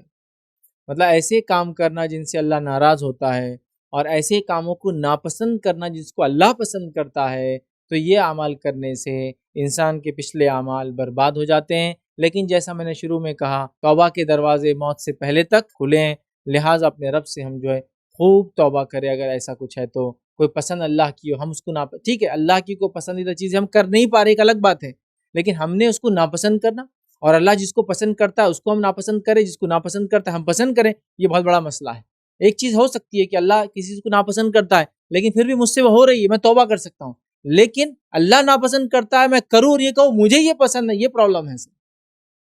اور اللہ جو ہے جس چیز کو پسند کرتا ہے اس کو میں نہیں کر پا رہا ہوں کسی وجہ سے، ٹھیک ہے، لیکن میں اس کو ناپسند کروں کہ اللہ کیوں پسند کرتا ہے اس چیز کو، یاد رکھیے اعمال کو برباد کر دیتا ہے۔ اور مشرکین نے یہی کیا، اللہ کو جو پسند تھا ان کو ناپسند تھا، اور اللہ کو جو ناپسند تھا اس کو وہ پسند کرتے تھے، یاد رکھیے، ٹھیک ہے۔ تو یہ چھٹا تھا۔ آئیے ساتواں وہ گناہ جس کے کرنے سے عمل نیکیاں برباد ہو جاتی، وہ عمل ہے اعتقادی نفاق، عقیدے کا نفاق۔ ویسے نفاق کی کئی علامتیں ہیں، احادیث کو اگر جمع کرے تو میں نے تقریباً کم بیش 99 تک صفتیں، 99 صفتیں منافقین کی جو مختلف علماء نے جو کتابوں میں وغیرہ، قرآن میں جو آتی ہے، احادیث میں جو آتی ہے، ٹھیک ہے، اس کو جمع کرنے کی کوشش کی تو 99 کے قریب صفتیں ہوتی ہیں۔ لیکن کچھ صفتیں منافقین کی بڑی بڑی علامت ہے، بڑی واضح ہے، اور حدیث کے اندر آتا ہے جھوٹ بولنا، یہ منافق کی علامت، جب بات کرے جھوٹ بولے، ہے نا، جب بھی اعتماد کیا جائے وہ اعتماد کو توڑ دیں گا، جب بھی وعدہ کریں گا وعدہ خلافی کریں گا، تو یہ نشانیاں ہیں، تو یہ علامتیں ہیں۔ اگر یہ علامتیں ہوں تو انسان توبہ کر لے۔ لیکن ایک ہوتا ہے عقیدے کی جو ہے نفاق، مطلب اعتقادی منافق، مطلب اس کے عقیدے میں نفاق، ایک ہوتا ہے عمل کا نفاق اور ایک ہوتا ہے عقیدے کا نفاق۔ تو اعتقادی جو منافق ہوں گا، یاد رکھیے اس کی تمام اعمال برباد ہو جاتے ہیں، اس بات کو ہم ذہن نشین کر لے، یاد رکھیے۔ اور اللہ رب العزت نے اس بات کو قرآن میں یوں بیان کیا۔ ویسے نفاق ایک بہت بری چیز ہے، یاد رکھیے، منافق بھی جہنم میں رہیں گے، ہمیشہ جنت میں نہیں جائیں گے، یاد رکھیے، لیکن یاد رکھیے نفاق بھی کفر کی ایک قسم ہے، نفاق بھی کفر کی ایک قسم ہے۔ ہوتا یہ ہے کہ کافر ظاہراً بھی کفر اختیار کرتا ہے، بولتا ہے میں مسلمان نہیں ہوں، اور اندر بھی کافر ہوتا ہے، لیکن منافق ظاہراً بولتا ہے میں ایمان والا اور اندر کافر ہوتا ہے، تو منافق بھی یاد رکھیے یہ بھی کفر کی ایک قسم ہے۔ تو اعتقادی منافق جو ہوں گا وہ کافر ہوتا ہے، یاد رکھیے، اور اس کے بھی عمل برباد ہو جائیں گے۔ اللہ رب العزت نے قرآن میں دیکھی کیا فرمایا ایسے لوگوں کے تعلق سے، اور یہ سورہ مائدہ سورہ نمبر 5 کی آیت 53 53 ہے، 5 سورہ نمبر 5 آیت نمبر 53 میں اللہ فرماتا کہتا ہے وَيَقُولُ الَّذِينَ آمَنُوا أَهَؤُلَاءِ الَّذِينَ أَقْسَمُوا بِاللَّهِ جَهْدَ أَيْمَانِهِمْ إِنَّهُمْ لَمَعَكُمْ حَبِطَتْ أَعْمَالُهُمْ فَأَصْبَحُوا خَاسِرِينَ۔ اللہ فرماتا اور کہتا ہے اور ایمان والے کہیں گے کہ کیا یہی لوگ ہیں جو اللہ کی بڑی بھاری قسمیں کھایا کرتے تھے کہ یقیناً وہ تمہارے ساتھ ہیں۔ منافقین کیا کرتے تھے؟ جنگ ہوگی، جہاد ہوگی، جاتے نہیں تھے، اور پھر بڑی بڑی قسمیں کھاتے تھے، اللہ کی قسم ہم تمہارے ساتھ ہیں جنگوں میں، لیکن دھوکہ دیتے تھے۔ تو اللہ فرما رہا ہے کہ ایمان والے اس دن کہیں گے کیا یہ وہی لوگ ہیں جو اللہ کی بڑی بڑی قسمیں کھاتے تھے کہ ہم ایمان والے تمہارے ساتھ ہیں؟ پھر اللہ فرما ایسے منافقوں کے اعمال برباد ہوں گے روز قیامت۔ مومن تو سمجھیں گے مسلمان ہی تھے، تو وہ کہیں گے کیا یہ وہی لوگ ہیں جو بڑی بڑی قسمیں کھاتے تھے، لیکن ان کی حالت کیا ہے آج؟ اللہ فرماتا ہے کہ ان کے عمل برباد ہوں گے اور انہوں نے بالآخر نقصان ہی اٹھایا ہوں گا۔ تو منافق چونکہ دنیا میں تو پتہ نہیں چلتا، صفتیں تو پتہ چلتی ہے لیکن ہم کسی کو انڈیکیٹیولی تو نہیں کہہ سکتے، لیکن چونکہ منافق ہمارے ساتھ تھے، وہ اللہ کی قسمیں کھاتے تھے، اپنے آپ کو ایمان والا بتاتے تھے، تو مومن کہیں گے کیا وہی لوگ ہیں جو اللہ کی قسمیں دنیا میں کھایا کرتے تھے، اور آج تو ان کے عمل اللہ نے برباد کر دی ان کے نفاق کی وجہ سے۔ یاد رکھیے، تو نفاق یاد رکھیے کہ ایسی برائی ہے جس سے عمل برباد ہو جاتے ہیں۔ آئیے وہ 8واں گناہ جس کے کرنے سے عمل برباد ہو جاتے ہیں وہ کیا ہم دیکھتے ہیں۔ ہدایت کے واضح ہونے کے بعد رسول اللہ صلی اللہ علیہ وسلم کی مخالفت کرنے سے اعمال برباد ہو جاتے ہیں۔ ہدایت کے گائیڈنس کے کلیئر ہو جانے کے بعد نبی اکرم صلی اللہ علیہ وسلم کی مخالفت کرنے سے انسان کے عمل برباد ہو جاتے ہیں۔ یہ الگ بات ہے کہ انسان سے کوئی غلطی ہو جائے، چوک ہو جائے، تو اس سے انشاءاللہ کسی مسئلہ نہیں ہوگا، لیکن جان بوجھ کر کبھی ہوتا ہے ہم کو علم نہیں ہے جس کی وجہ سے ہم نے کوئی عمل کر لیا، لیکن ہماری نیت یہ نہیں تھی کہ ہم کو پتہ ہے یہ سنت ہے، پھر سنت کو جان کے ہم نے کہا اب اس کے خلاف ورزی میں ہم کام کریں گے، ہم کو پتہ ہی نہیں تھا اور خلاف ورزی ہو گئی، تو انسان توبہ کر لے۔ لیکن نبی اکرم صلی اللہ علیہ وسلم کی واضح ہدایتیں آنے کے بعد خلاف ورزی کرنا یہ اعمال کو برباد کر دیتا ہے۔ یاد رکھیے، اس لیے کہ نبی اکرم صلی اللہ علیہ وسلم کا بڑا اونچا مقام ہے، یاد رکھیے، اور نبی کے موافقت میں، اتباع میں ہم کو کام کرنا ہے، ان کی مخالفت میں ہمیں دیکھیں اپنے زندگی کا کوئی عمل بھی ہم نبی اکرم صلی اللہ علیہ وسلم کی مخالفت میں کبھی نہ کریں۔ آئیے اللہ رب العزت جو ہے نبی اکرم صلی اللہ علیہ وسلم کی مخالفت میں عمل کرنے سے اعمال برباد ہو جاتے ہیں، اس کے تعلق سے کیا فرماتا ہے؟ اللہ فرماتا اور کہتا ہے، یہ سورہ محمد سورہ نمبر 47 47 اور آیت نمبر 32 میں اللہ فرماتا اور کہتا ہے کہ بلا شبہ جن لوگوں نے کفر کیا اور اللہ کی راہ سے دوسروں کو روکتے ہیں اور ان پر ہدایت واضح ہو جانے کے بعد انہوں نے رسول اللہ صلی اللہ علیہ وسلم کی مخالفت کی، ان پر ہدایت واضح ہونے کے بعد نبی اکرم صلی اللہ علیہ وسلم نے مخالفت کی، وہ اللہ کا کچھ بھی نہیں بگاڑ سکتے، اللہ ایسے لوگوں کے اعمال برباد کر دیں گا۔ تو یہاں بھی دیکھیے نبی اکرم صلی اللہ علیہ وسلم کی ہدایت واضح ہونے کے بعد بھی اگر کوئی ان کی مخالفت کرے تو وہ انسان کے اعمال برباد کر دیے جاتے ہیں۔ آئیے وہ 9واں عمل جس کے کرنے سے انسان کے اعمال برباد ہو جاتے ہیں وہ کیا ہے؟ وہ ہے رسول اکرم صلی اللہ علیہ وسلم کی بے ادبی کرنا، رسول اکرم صلی اللہ علیہ وسلم کی گستاخی کرنا، نبی اکرم صلی اللہ علیہ وسلم کے احترام کے خلاف کوئی بات کرنا۔ یاد رکھیے، لیکن یہ کتاب اور سنت سے جس چیز کو گستاخی اور احترام کے خلاف کہا ہے یہ اس معنی میں، ورنہ ہم لوگوں نے بہت ساری چیزوں کو اپنی طرف سے گستاخی بنا دی ہے، جس کے نتیجے میں ہم ہر ارے غیرے کو گستاخی رسول بول کر ہر وہ انسان جو میرے خلاف ہے، مجھے پسند نہیں ہے، میں اس کو اچھا نہیں سمجھتا ہوں، اس کو گستاخی رسول کا ٹائٹل دے دیا جاتا ہے۔ یہ وہ معنی میں نہیں، قرآن و سنت کے واضح دلائل کے بعد کوئی گستاخی کرے، نبی اکرم صلی اللہ علیہ وسلم کی بے ادبی کرے، ٹھیک ہے، شان میں گستاخی کرے، تو ایسے انسان کے بھی اعمال برباد ہو جاتے ہیں۔ اور آئیے اس تعلق سے، چونکہ نبی اکرم صلی اللہ علیہ وسلم کا احترام یہ ایمان کا تقاضا، یاد رکھیے ہمارے، ٹھیک ہے، تو اعمال برباد ہو جاتے ہیں اگر اللہ کے رسول صلی اللہ علیہ وسلم کا احترام کو انسان نہ کرے، جس کے تعلق سے جو ہے اللہ رب العزت سورہ نور سورہ نمبر 24 اور آیت نمبر اس کے 63 کے اندر یاد رکھیے بات بیان کرتا فرماتا ہے لا تجعلوا دعاء الرسول بینکم کدعاء، اللہ رب العزت قرآن فرماتا ہے کہ نبی اکرم صلی اللہ علیہ وسلم کو تم ویسے آپس میں نہ پکارا کرو جیسے ایک دوسرے کو آپس میں پکارتے ہو۔ اور واقعہ مشہور ہے کہ ایک شخص آیا اور وہ نبی اکرم صلی اللہ علیہ وسلم گھر کے پیچھے آ گیا، ایک تو دروازے پہ بھی نہیں تھا اور پیچھے سے چلا رہا یا محمد یا محمد یا محمد، تو اللہ رب العزت نے، کچھ لوگ کہتے ہیں شان نزول یہ تھا، بس چلا ہی رہا ہے، ایک تو گھر کے پیچھے ہے، دروازے کے پاس نہیں ہے، اور چلاتا ہے، نبی اکرم صلی اللہ علیہ وسلم باہر نہیں آتے۔ تو اللہ نے فرمایا تم نبی کو ویسی آوازیں مت دیا کرو جس طرح سے آوازیں تم ایک دوسرے کو دیتے ہو، جیسے ایک دوسرے کو ہم بلا رہے چل فلاں آ جا، فلاں آ جا، یا عربی کے اندر حرف ندا ہے، یا حرف ندا ہے یا مطلب متوجہ ہو، میری طرف دیکھو، میری طرف بلٹو، میری بات سنو، کئی معنوں میں استعمال ہوتا ہے، یا اللہ ہم بولتے ہیں یا اللہ میری بات کو سن لے، اللہ کو وہ کرنے. اسی طرح کوئی انسان جا رہا تو ہم نے یا فلاں کہتے ہیں, تو اسی طرح اللہ کے رسول کو جب آپس میں جیسی بات کرتے ہو ویسا نہ کہو, اللہ فرما رہا ہے, ٹھیک ہے, چونکہ نبی کا احترام ہے. اسی طرح سورہ حجرات سورہ نمبر 49 آیت نمبر 2 میں اللہ نے جو بات بیان کی, یہ بات تو بڑی خطرناک ہے, جو ہم بار بار سورہ حجرات کی ابتدا میں پڑھتے ہیں. اللہ فرماتا ہے, کہتا ہے یا ایھا الذین آمنوا لا ترفعوا اصواتکم فوق صوت النبی ولا تجہروا لہ بالقول کجہر بعضکم لبعض.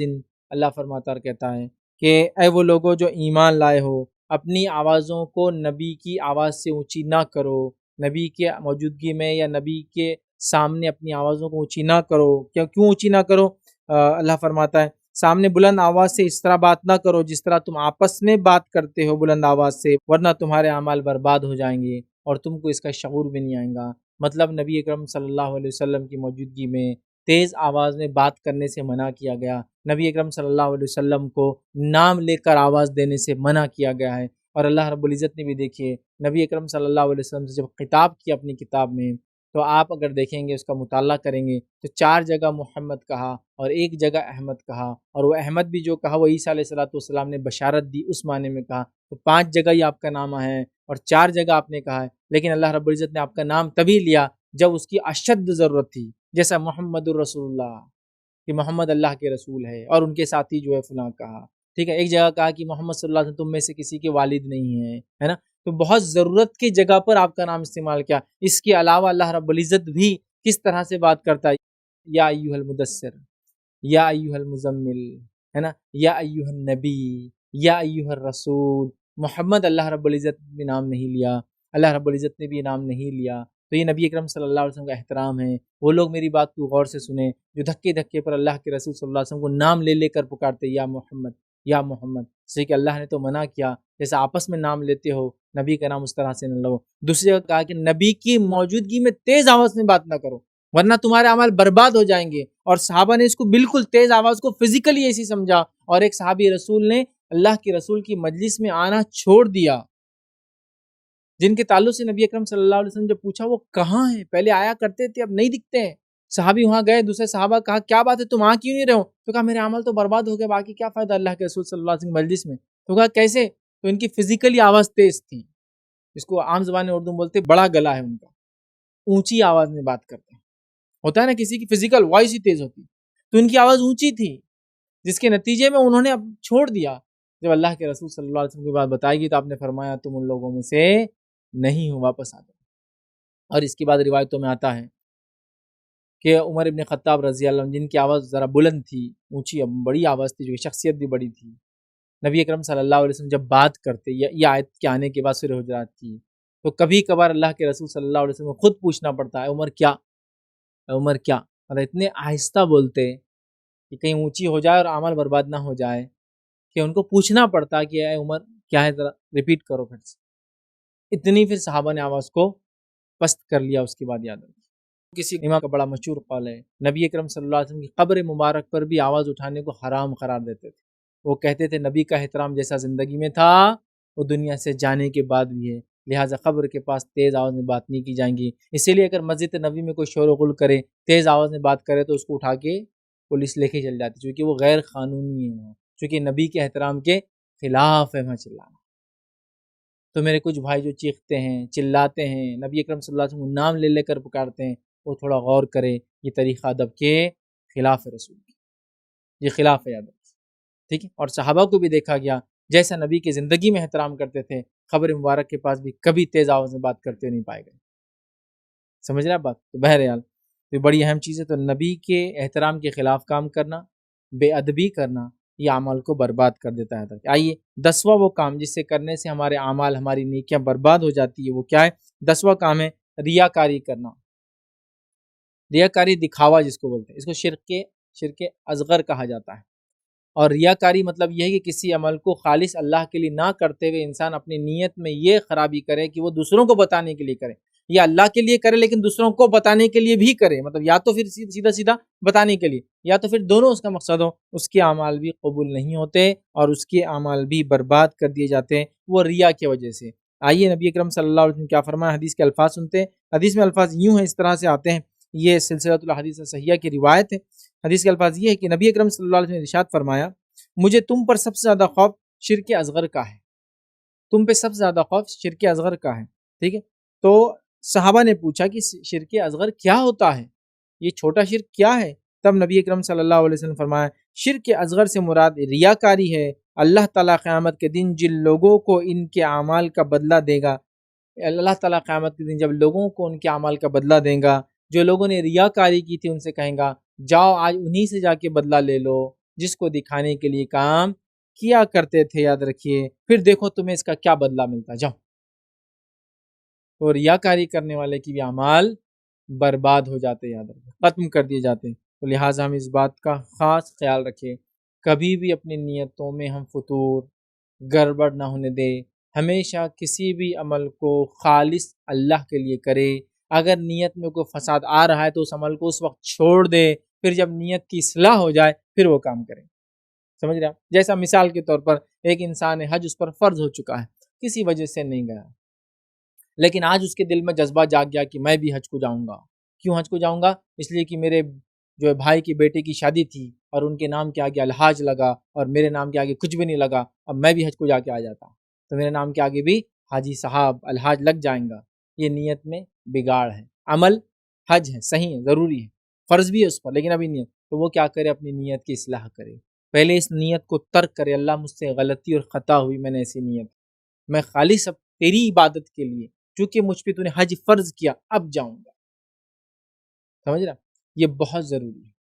نیت کی اصلاح۔ کوئی آیا اور اس کو کچھ آپ دینا چاہتے ہیں لیکن دل میں یہ بات آ گئی کہ اب سب لوگ دیکھیں گے میں دے رہا ہوں، پھر ہاتھ کو روکے، نیت کی اصلاح کرے، چونکہ عمل اللہ کے بس قابل قبول نہیں ہوں گا۔ یہ دوسری ایک روایت ہے، اس میں نبی اکرم صلی اللہ علیہ وسلم نے فرمایا، کہا، اور آپ نے فرمایا، ابو امامہ باہلی رضی اللہ عنہ کے راوی وہ کہتے ہیں کہ ایک شخص نے نبی اکرم صلی اللہ علیہ وسلم کے پاس آ کر یہ کہا،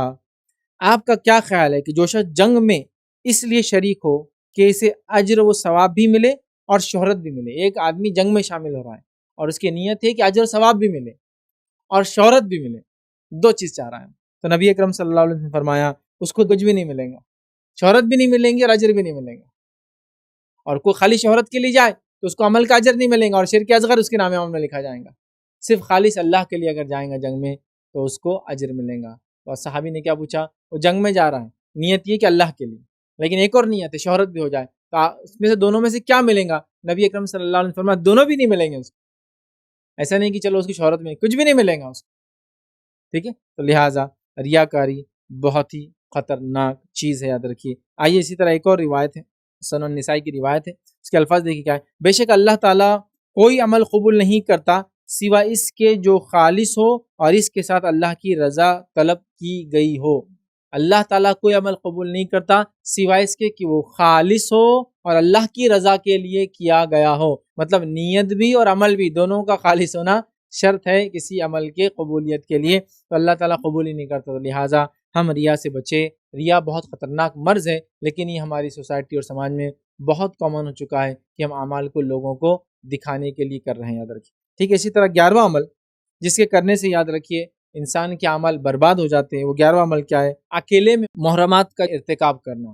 مطلب وہ چیز جو حرمت والی ہے، وہ چیز جو حرام ہے، جب آپ خلوت میں ہوں، اکیلے میں ہوں، اس کا ارتکاب کرنا، پبلکلی نہیں کرنا، لیکن جب چھپے ہوئے ہو، اکیلے میں ہو تو کرنا، ایسا کرنے سے بھی انسان کے اعمال برباد ہو جاتے ہیں۔ اور اس تعلق سے یاد رکھیے ثوبان رضی اللہ عنہ اس کے راوی فرماتے اور کہتے ہیں رسول اللہ صلی اللہ علیہ وسلم نے ارشاد فرمایا، میں یقیناً اپنی امت کے لیے ایسے لوگوں کو جانتا ہوں جو قیامت کے روز ایسی نیکیاں لے کر آئیں گے جو تہامہ پہاڑ کے برابر یا تہامہ پہاڑوں کے مانند روشن ہوں گی، لیکن اللہ تعالیٰ ان کی ان نیکیوں کو ہوا میں اڑا دیں گا اور چھوٹے چھوٹے ذرات بنا دیں گا۔ نیکیاں پہاڑ کی جیسی اور تہامہ پہاڑ چمکتا تھا، چمکدار بہترین نیکیاں لائیں گے، لیکن اللہ ذرات بنا کے ان کو اڑا دیں گا، یاد رکھیے۔ ثوبان رضی اللہ نے فرمایا، اے اللہ کے رسول صلی اللہ علیہ وسلم، یہ کون لوگ ہیں بتا دیجئے تاکہ ان لوگوں سے ہم احتیاط کریں اپنی زندگی میں۔ تو آپ نے فرمایا آپ ان لوگوں کے بارے میں ہمیں وضاحت کر دیجئے تاکہ ان کے بارے میں ہم کو کھل کر بیان کر دیجئے تاکہ ہم کو ہمارے علم میں آ جائے اور ہم ان لوگوں کے ساتھ شامل نہ ہوں۔ تو آپ نے فرمایا یہ وہ لوگ ہیں، خبردار وہ تمہارے بھائی ہوں گے، مطلب مسلمان ہوں گے، ٹھیک ہے، تمہاری قوم سے ہوں گے، مطلب تمہیں میں سے ہوں گے، اور وہ رات کو اسی طرح قیام کریں گے جیسا تم قیام کرتے ہو، تہجد کا بھی اہتمام کرنے والے ہوں گے جیسا کہ تم کرتے ہو، لیکن وہ ایسے لوگ ہوں گے کہ جب خلوت میں ہوں گے، اکیلے میں ہوں گے، پردے میں ہوں گے، لوگوں کی نظروں سے دور ہوں گے، خلوت میں ہوں گے، تو انہیں اللہ تعالیٰ کی حرام کردہ چیزیں ملیں گی تو وہ ان سے اپنا دامن نہیں بچائیں گے۔ مطلب جب اکیلے میں ہوں گے، حرام چیزیں ملیں گی تو اس کو اختیار کر لیں گے، لیکن جب پبلک میں ہوں گے تو وہ تمہارے جیسے ہوں گے، نمازیں پڑھیں گے، یہاں تک کہ تہجد پڑھیں گے، لیکن جب اکیلے میں ہوں گے تو اللہ کی حرام کردہ چیزوں کو حرام نہیں سمجھیں گے، ان کا ارتکاب کر لیں گے۔ یہ بہت خطرناک چیز ہے، یاد رکھیے، بہت خطرناک چیز ہے کہ انسان جس کو کہیں گے لوگوں کے سامنے ہو تو گناہ نہ کرے،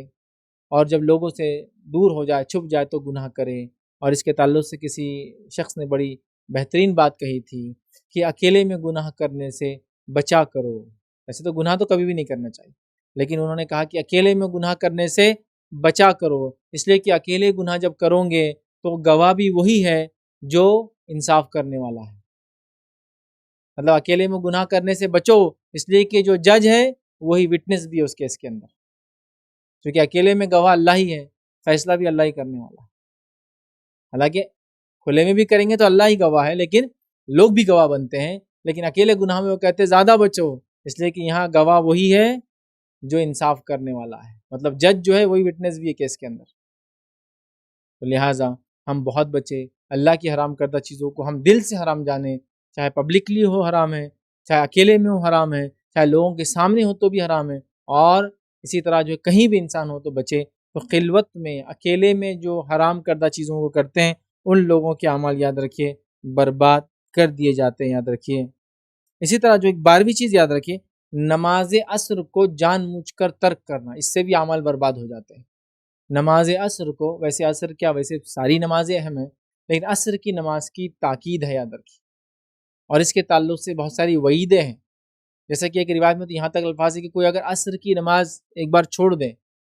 تو اس کو روز قیامت جو اس پہ غم طاری ہوں گا اس ایک نماز کو چھوڑنے، غم وہ اتنا زیادہ ہوں گا جیسا کہ اس کے پورے رشتہ دار مر گئے اور پورا مال ایک ساتھ لٹ گیا۔ کتنا غم ہوتا ہے انسان کو، اتنا غم روز قیامت صرف ایک عصر کی نماز چھوڑنے کا ہوگا انسان کو۔ بہرحال تو عصر کی نماز کو بلا وجہ چھوڑنا، جس کو ہم کہیں گے دانستہ طور پر چھوڑنا، جان بوجھ چھوڑنا، انجانے میں چھوٹ گئی، غلطی سے چھوٹ گئی، غفلت میں چھوٹ گئی، بے ہوشی میں چھوٹ گئی، ہنگامی کیفیت میں چھوٹ گئی، ہو سکتا ہے، لیکن جان بوجھ کر دانستہ طور پر چھوڑنا یاد رکھیے بہت سخت جرم ہے، اور اللہ رب العزت نے اس نماز کی تاکیدی حکم قرآن میں دیا اور فرمایا اپنی نمازوں کی حفاظت کرو، اور بیچ والی نماز کی خاص طور سے بیچ والی نماز کی حفاظت کرو۔ نمازوں کی حفاظت مطلب پانچوں نمازوں کی حفاظت فرض، بیچ والی نماز، تو بیچ والی نماز سے مراد یاد رکھیے عصر کی نماز ہے، اس سے پہلے فجر، ظہر آتی ہے، پھر عصر آتی ہے، اور اس کے بعد مغرب اور عشاء،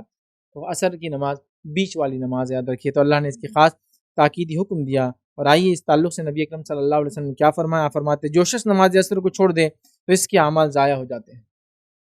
جو شخص نماز عصر کو چھوڑ دے اس کے اعمال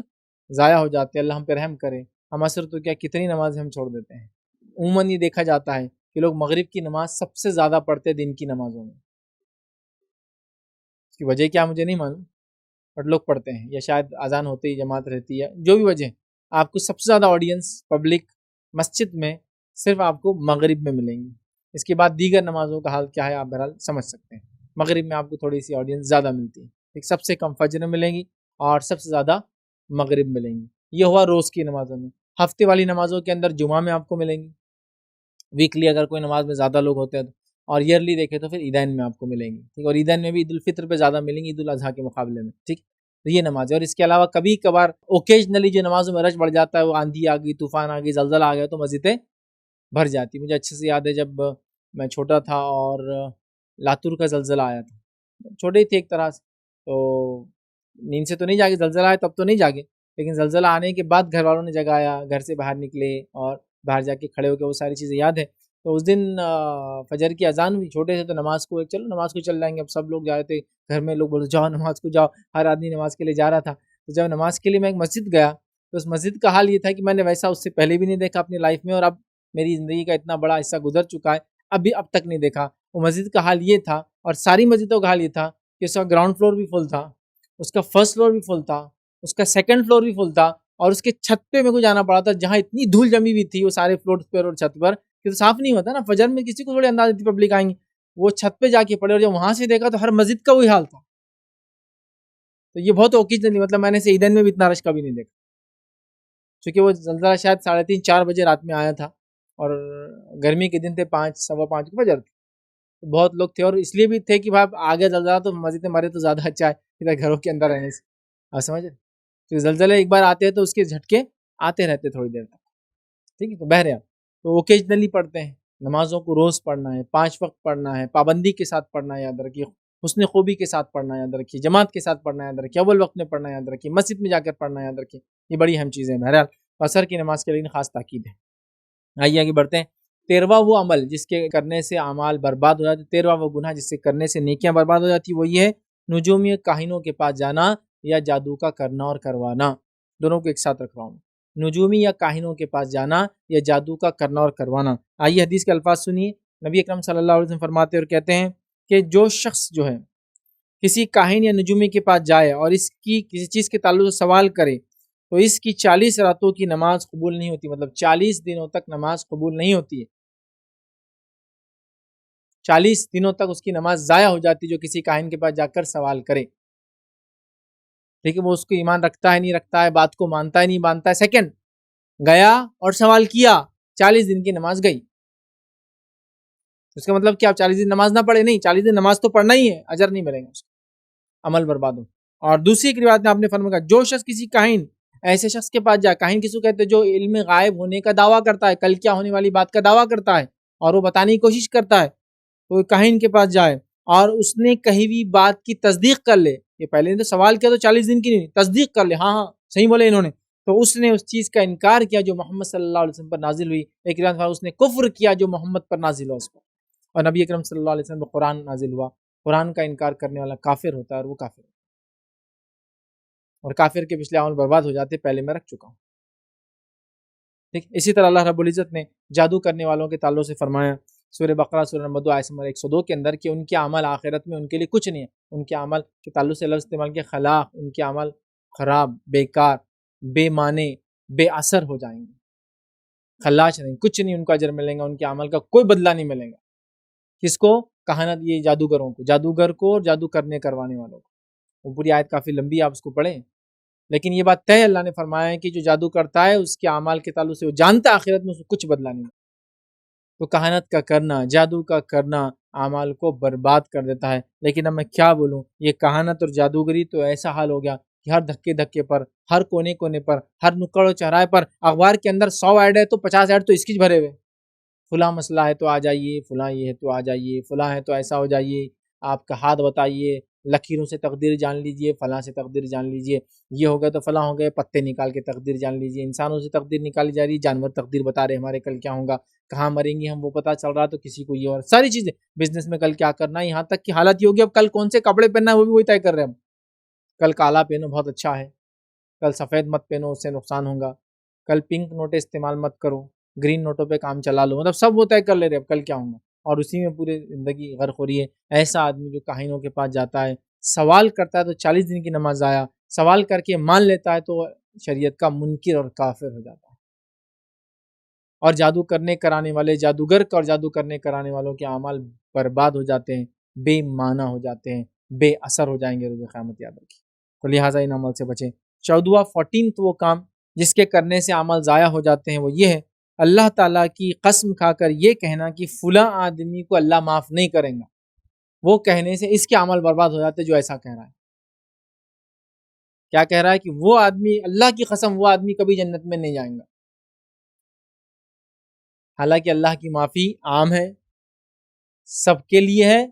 اور انسان کی موت تک ہے، لیکن ایک آدمی کیا بول رہا، نہیں اللہ اس کو کبھی معاف نہیں کرے گا، جنت میں نہیں ڈالیں گا، یہ دعویٰ کرنے والا خود اپنے عمل برباد کرتا ہے۔ آئیے حدیث کے الفاظ سنیے، جندب رضی اللہ عنہ فرماتے اور کہتے ہیں نبی اکرم صلی اللہ علیہ وسلم نے ارشاد فرمایا،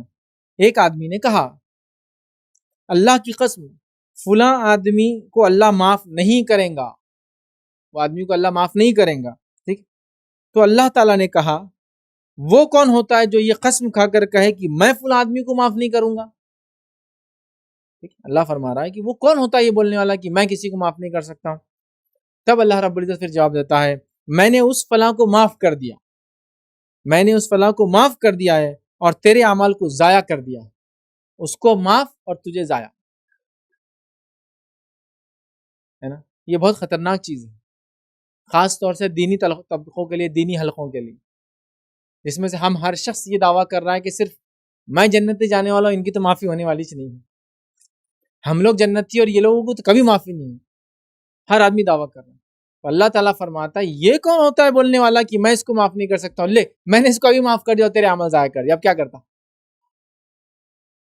گویا آدمی ایسا قول کہہ کر اللہ تعالیٰ کو چیلنج کر رہا ہے کہ اللہ معاف نہیں کرے گا اس کو۔ اللہ کہہ رہا ہے تو ہوتا کون ہے؟ اللہ کی مغفرت، اس کی معافی سب کے لیے ہے، وہ تو سب سے کٹر قسم کا بھی انسان ہوگا جو اسلام کے سب سے زیادہ خلاف، اسلام کو سب سے زیادہ نقصان بھی پہنچاؤں گا، وہ توبہ کر لیتا اپنے رب اس کو معاف کر دیتا ہے۔ تو یہ کون ہوتا بولنے والا کہ اللہ اس کو معاف نہیں کرے گا؟ اللہ کی قسم کھا کر وہ بھی۔ تو اللہ کہتا جا اسے تو میں نے معاف کر دیا اور تیرے عمل برباد کر دی۔ تو کوئی شخص کبھی یہ نہ کہے کہ اللہ اسے معاف نہیں کرے گا، ہے نا؟ اور ہمارے پاس یہ کامن ہے، ویسے قسم نہیں کھاتے ہم لوگ، لیکن یہ بولنا کامن ہے، اللہ تو کبھی معاف نہیں کریں گا، یہ کامن ورڈ ہے جو اللہ اس کو تو کبھی معاف نہیں کریں گے۔ ہاں یہ بول سکتی کہ اللہ اس کو کبھی معاف نہ کرے چونکہ اس نے اتنا بڑا جرم کیا، یہ سوال ہے، اللہ تعالیٰ چاہے تو معاف بھی کر سکتا ہے، اس کو نہیں کریں گا تو اللہ کی طرف سے گواہی دینا اللہ اس کو معاف نہیں کریں گا۔ آپ کون ہوتے بولنے والے؟ ہو سکتا ہو دنیا میں گناہ کر دکھاؤ لیکن بعد میں مغفرت کا پا گیا ہو سکتا ہے دنیا میں گناہ کر دکھاؤ آخر وقت میں ایسے عمل کر کے چلے گا اللہ کو راضی کر کے کہ جو ہم پوری زندگی بھی کر کے راضی نہیں کر پائے۔ لہٰذا جب تک کسی کی آنکھ بند نہ ہوئی ہو اور رب نے نہ فرمایا ہو، مطلب قرآن میں یہ حدیث میں نہ آیا ہو، ہم کسی کو جنتی اور جہنمی نہ بولے، کسی کے اللہ معاف نہیں کریں گا اور کسی کو معاف کریں گا یہ نہ سمجھے۔ یہاں پر بہت ہوتا ہے، بہت کامن ہے، کوئی انسان گناہ کرتا زندگی میں، ارے اس کی تو معافی ہوئی نہیں ہوگی، میں بول سکتا ہوں کیوں؟ ارے شراب پیتے پیتے مرا، ٹھیک ہے شراب پیتے پیتے مرا، نو ڈاؤٹ، بٹ موت کے وقت تم نہیں تھے وہاں، اس کی تم نہیں جانتے، ہو سکتا موت سے پہلے کچھ کارنامہ انجام دے دیا ہو۔ حدیث کے اندر واضح ہے کہ انسان زندگی بھر گناہ کرتا ہے اور آخر میں وہ اپنی تقدیر پہ غالب آ جاتا ہے اور اللہ اس کو معاف کرتا ہے، مطلب آخر میں اچھے عمل کر لیتا ہے، اور ایک زندگی بھر اچھا عمل کرتا ہے، آخر میں اس کی تقدیر اس پر غالب آ جاتی ہے، وہ برا کر بیٹھتا ہے اور جہنم رسید ہو جاتا ہے۔ حسن ظن رکھی، ہاں جس کے بارے میں قرآن نے کہہ دیا جہنم تو جہنمی، جنت تو جنتی، یہ تو ہو گیا، لیکن اس کے علاوہ ہم کسی کو بھی لیبل نہ جنتی دے نہ جہنم میں دے، ہر کسی کے لیے دعائیں کرتے رہے کہ اللہ ان کو معاف کرے، ان کی مغفرت کرے، جنت میں اعلیٰ سے اعلیٰ مقامات فرمائے، ان کے گناہوں کی جو ان کو گناہوں کو ان کی ڈھانک دے، پردہ کر دے، یہ ساری چیزیں آپ کر سکتے، ٹھیک ہے۔ تو بہرحال 15 اور آخری پوائنٹ جو آج لوں گا کہ وہ اعمال یا وہ عمل جس کے کرنے سے نیکیاں ختم ہو جاتی ہے، ضائع ہو جاتی ہے، برباد ہو جاتی ہے، تو 15واں آج کا جو گناہ وہ یہ ہے اللہ کے بندوں کی حق تلفی کرنا، اللہ کے بندوں کے حق مارنا، یاد رکھیے۔ اور اللہ کے بندوں کے حق مارنا اس تعلق سے بڑی مشہور روایت ہے جو صحیح مسلم کی ہے، اور یہ حقوق العباد کے اندر بڑی اہم روایت ہے۔ روایت کے الفاظ دیکھیے اس طرح سے، ابو ہریرہ رضی اللہ عنہ فرماتے اور کہتے ہیں رسول اللہ صلی اللہ علیہ وسلم فرمایا، کہا کیا تم جانتے ہو مفلس کون ہے؟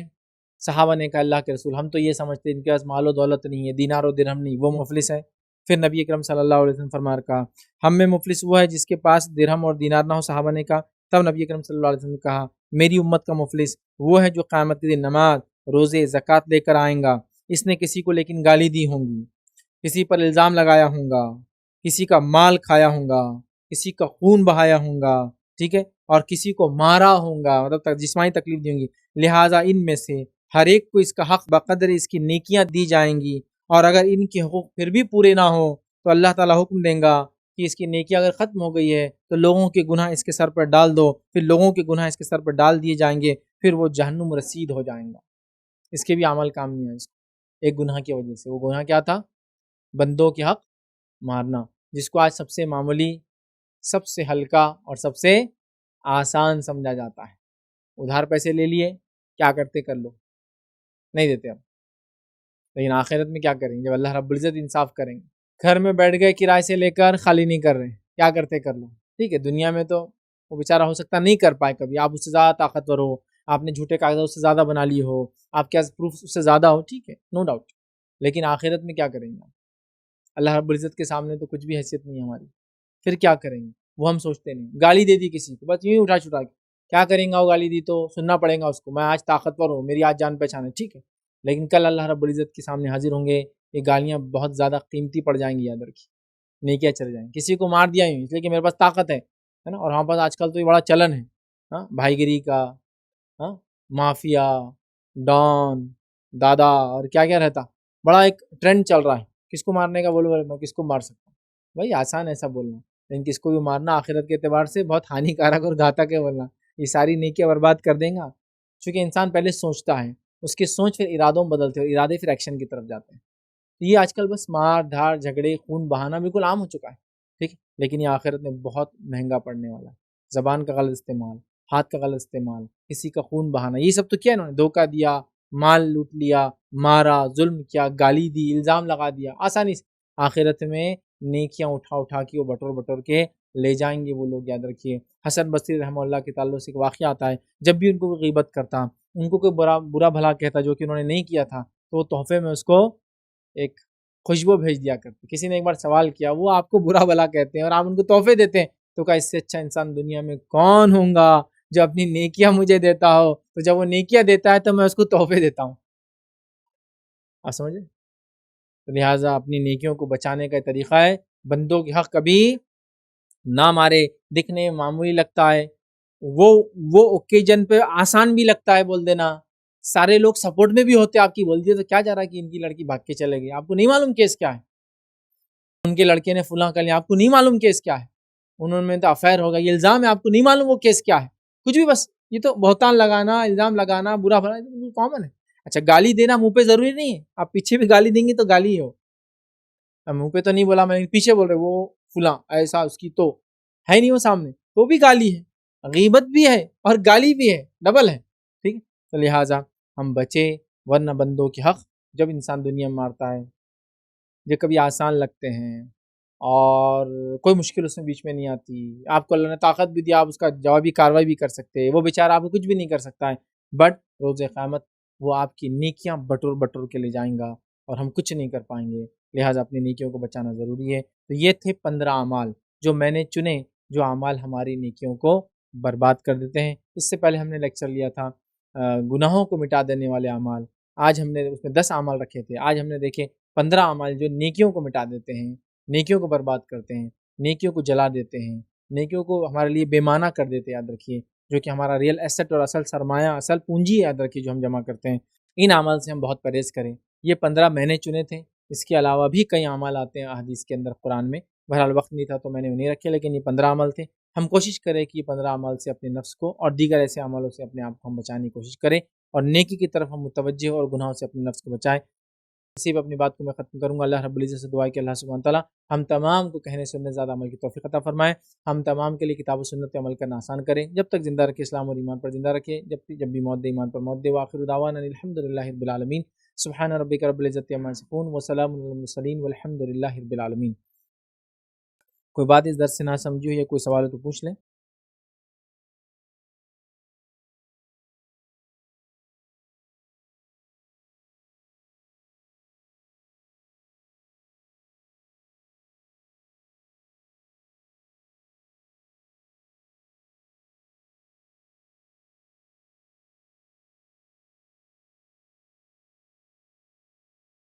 بسم اللہ الرحمن الرحیم، الحمد للہ رب العالمین والصلاة والسلام علی خاتم النبیین والمرسلین، رب اشرح لی صدری ویسر لی امری واحلل عقدۃ من لسانی یفقہوا قولی، اما بعد۔ جی السلام علیکم شیخ، میرا سوال ہے کہ انسان نے کوئی گناہ کرا، اس کے عمل برباد ہو گئے، تو توبہ کے بعد میں کیا وہ عمل کی ریکوری ہو جاتی؟ بھائی نے سوال کیا کہ اگر کوئی انسان گناہ کرے اور اس کے بعد وہ توبہ کر لے، تو کیا توبہ کرنے سے اس کے پچھلے اعمال کی ریکوری ہو جاتی ہے، پچھلے اعمال باقی رہتے ہیں؟ تو یاد رکھیے اس میں وہ عمل پہ ڈیپینڈ ہے، اس نے کیا کیا تھا، ہاں اور نہ دونوں ہو سکتا ہے۔ جیسا مثال کے طور پہ ایک انسان نے اپنے زندگی میں بہت سارے گناہ کیے تھے، ٹھیک ہے، اور وہ ابھی مسلم نہیں تھا اور بہت گناہ کیے، قتل کیا، زنا کیا، چوری کی، چکاری کی، تکلیف دی، صحابہ کو مارا، جو آپ کے زمانے میں ہوا، اور اس کے بعد اس نے آ کر معافی مانگ لی، تو روایتوں میں الفاظ ملتے ہیں کہ اسلام پچھلے گناہوں کو معاف کر دیتا ہے اور نیکیاں باقی رہتی ہیں،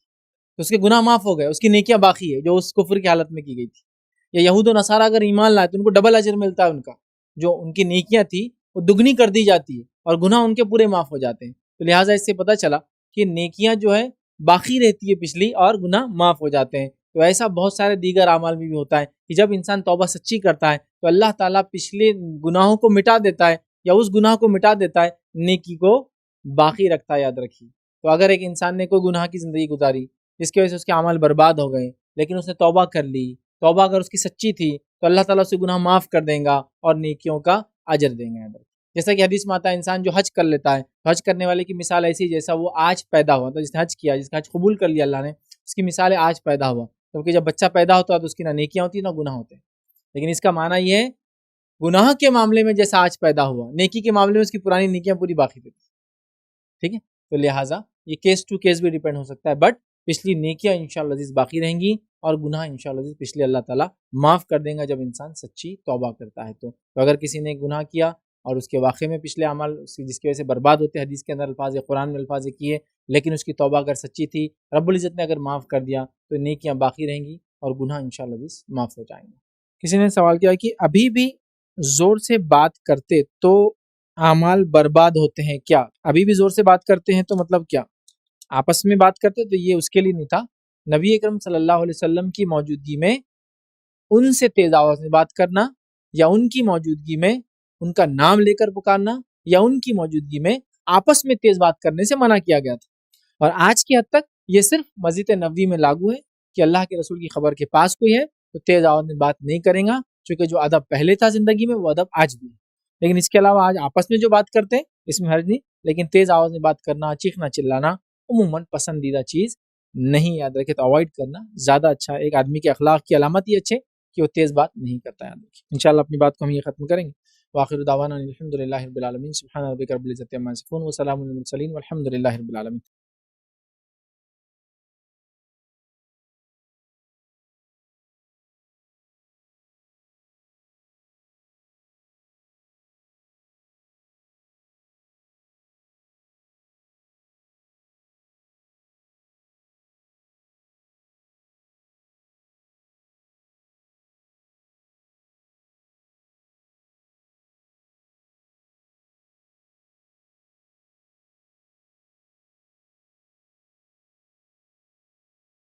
السلام علیکم، آپ بھی ہمارے اس کام میں تعاون کریں اپنی زکات و صدقات کے ذریعے، ڈونیشن ڈیٹیلز کے لیے ڈونیٹ اس پر کلک کریں۔ اگر آپ کو ہمارے ویڈیوز پسند آئے ہیں تو اسے شیئر کریں اور سب کے حقدار بنیں۔ روزانہ ہمارے ویڈیوز کو پانے کے لیے ہمارے یوٹیوب چینل کو سبسکرائب کریں اور بیل آئکن دبائیں۔ ہم سے دیگر سوشل میڈیا پر جڑنے کے لیے ویڈیو میں دیے گئے آئی ڈی کو سرچ کریں۔ جزاک اللہ۔